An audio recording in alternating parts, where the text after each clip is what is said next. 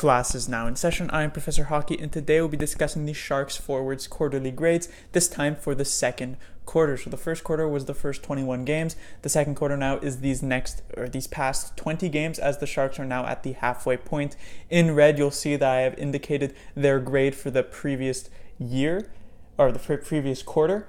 And so Joe Pavelski, his previous grade was a B-, and it was a B- somewhat controversially because I thought he wasn't that great for the majority of the first quarter, but he picked it up definitely in the last 4 games. He carried that into this second quarter. He was a lot better during the majority of the 20 games. He came up with a lot of clutch goals. He scored 10 goals during those 20 games, so every other game he managed to score a goal in. But I never thought really Pavelski was necessarily extremely dominant at any point in any of these games. I felt like he just all of a sudden would score a clutch goal for the Sharks that would allow them to, let's say tie a game late in the game, or, the Buffalo game where he managed to get both of the Sharks goals, which brought that game into overtime. And so I don't think there were any games where you could say clearly that Joe Pavelski was like a dominant force. He was so good, you couldn't stop him. The goals, you knew they were coming at some point. I just felt like he came up every once in a while, like great goal, great timing for the goal. And so he does still get a good grade, but it might not be as high as some people would have liked. It is a B+. Next is Evander Kane, and he had another rocky-ish second quarter here. He has picked it up near the end, not necessarily points-wise, although he has been getting some points, but also just play-wise in general. But I'd say for the first half of this second quarter, he was somewhat invisible. He didn't really get that many goals during this quarter. I feel like it was maybe 3 or 4 goals. And so still not necessarily doing what he was expected of, but his game has still remained relatively solid for the majority of the quarter. And as such, he will remain constant. As he got a B- last quarter, he will get a B- this quarter as well. Joe Thornton, he got a B in the previous quarter, and I also thought he's maintained basically his same style of game. He's had like a couple of very strong games. Most of the time, he's like a decent force. He's able to be someone who could get a point here and there. He has also sort of like Evander Kane had also a few games where he's just not been doing much. But I feel like as though Joe Thornton has contributed a bit more than Evander Kane, especially since he's getting less ice time. Thornton getting maybe around 14-ish minutes. Kane usually getting at least around 17. And as such, Thornton will also remain constant with a B of his own. Next is Marcus Sorensen, and Sorensen got a B- last quarter, and Sorensen's a weird player because he has this uncanny ability to look very good in games and yet not put up that many points. People might recall the line Donskoi, Suomela, and Sorensen, where people were saying that this was such a great line for the San Jose Sharks, and yet Marcus Sorensen didn't even register a point with that line. People have also been saying, including myself, that Sorensen and Thornton, that duo, has been very, very good, and it has. But Sorensen, during this past 20 games, during this quarter, I think he's only registered 5 points. And as such, while he has looked good in a lot of the games, even if he hasn't registered a point, his grade can't really climb much higher, and as such, it will remain a B-. Next is Barclay Goodrow, and he has looked a lot better than he did before. He had looked okay during the first quarter. He was doing a good job for the penalty kill, but otherwise he wasn't much of an offensive force besides like that one game where he managed to get 3 points. This quarter, the fourth line has looked a lot better, at least during the second half of it. The first half was still The penalty kill has gotten slightly worse, especially as of late, and so Goodrow's grade does suffer a bit for that, but he is putting up some decent points, and that is what you want from your fourth line, and as such, Barclay Goodrow will also get a B-. Next is Jonas Donskoi, and Donskoi, I guess, can consider himself lucky that he really picked it up during these past few games. He's gotten 5 points in the last 3, so that has made his scoreline look a lot better, because during the first 3 quarters even of this quarter, just it has not looked good for Donskoi. He is a second line player. He is top 6, for the majority of this past time. Now I guess he's on the third line for the past couple of games, but he was playing with Kane and Pavelski for a good chunk of those first 15 games of this quarter, and he just wasn't doing much of anything. And in a top 6 role, if you're not being able to be a consistent forward, and not just like here and there making plays, but he was mostly invisible for the majority of those games, and as such, Donskoi's grade would have suffered because of that. He could have even been like in the D+ or D territory, but because he has picked it up a bit as of late, I will be a bit, I guess, merciful with Donskoi and end up giving him more of an average type of C.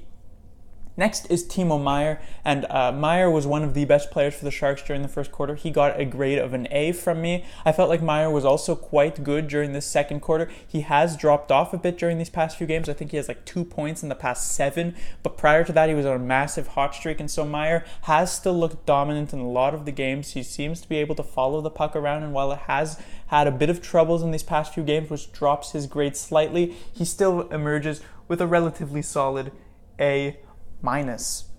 Next is Logan Couture, and I'd given him an A- because I didn't like the way Logan Couture had started this season during that first quarter, during the first like 5 or 6 games, but he had picked it up after that and he got that A-.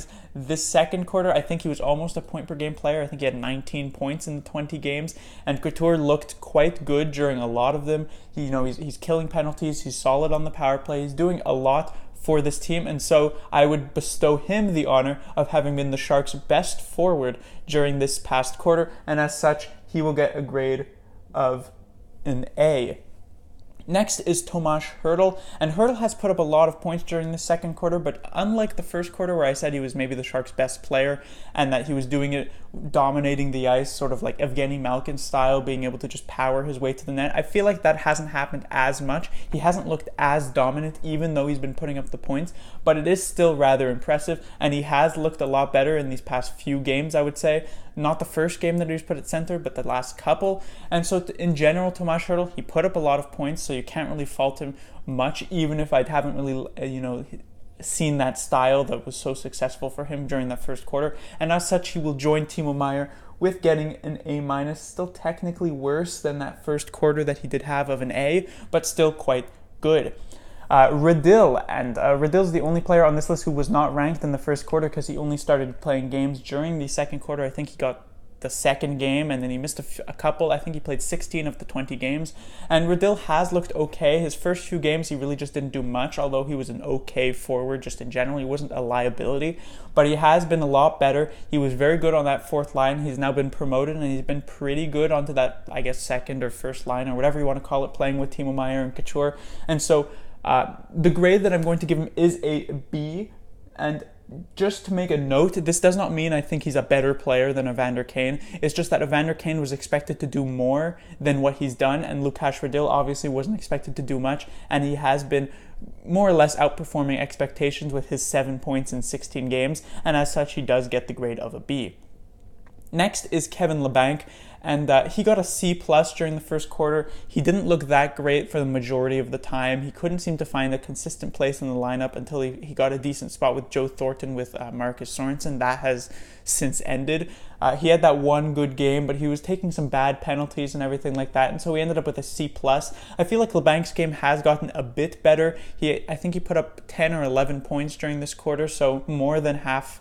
Every other game he's getting a point basically. However, the majority of those are on the power play, and so he still seems to be struggling at even strength. He's still sort of bouncing around the lineup. He's still taking some unnecessary penalties. However, I do think Labanc's game has improved slightly during this quarter, and as such I will give him the grade of a B-. I feel like he has found a bit more consistency, but still not probably where Sharks fans want Labanc's game to be, and probably not where he wants his own game to be. Finally, Melker Karlsson, the man given the honors of having been the worst player for the Sharks in the first quarter. I gave him a C-. It's possible that could have even been lower. Maybe I was too nice on Melker Karlsson during that first quarter because he did very, very little. During the second quarter, however, he has been a lot better. I think he's scored 6 goals, which technically puts him on pace if you took that quarter and put it over a full season with 24. Now, of course, that would probably never happen. Melker Karlsson is certainly not a 20-goal scorer, even during that first season where he got to play with like Joe Thornton and Joe Pavelski a lot. But, he has been a lot better. He's still a fourth liner, so even a fourth liner putting up like 10, 15 goals for a season is still very, very good. He's begun to actually seem like his contract is somewhat worth it, because during the past couple of years, $2 million seemed like Melker Karlsson would never live up to that. He has been a bit during this, the past 8-10 games. But as I said, the first quarter, or the first half of this second quarter, the fourth line still wasn't that great, and Melker Karlsson was a reason for that. and the penalty kill has also suffered. So similar to Barclay Goodrow, his grade does drop a bit for those reasons, but I mean 6 goals, you can't really argue with that for a fourth line player, and as such he will join his fourth line buddy Barclay Goodrow, having gotten a B-. And so grades across the board have mostly increased. Only Timo Meier, Tomas Hertl, and I believe Jonas Donskoi's grade decreased. And when it comes to Meier and Hertl, it was basically going from extremely good to very good. And for Jonas Donskoi, that's really the only forward that you can be relatively disappointed with. For the rest of them, they've either gotten at least slightly better or remained relatively the same, except I guess Joe Pavelski, whose grade did jump rather high, as well as Lukáš Radil, who hadn't been ranked during the first quarter. But in general, it was a better second quarter for the San Jose Sharks, and that does show in the standings and just in the feelings of Sharks fans, if they have been getting a lot more wins than they did during the first quarter. Class dismissed.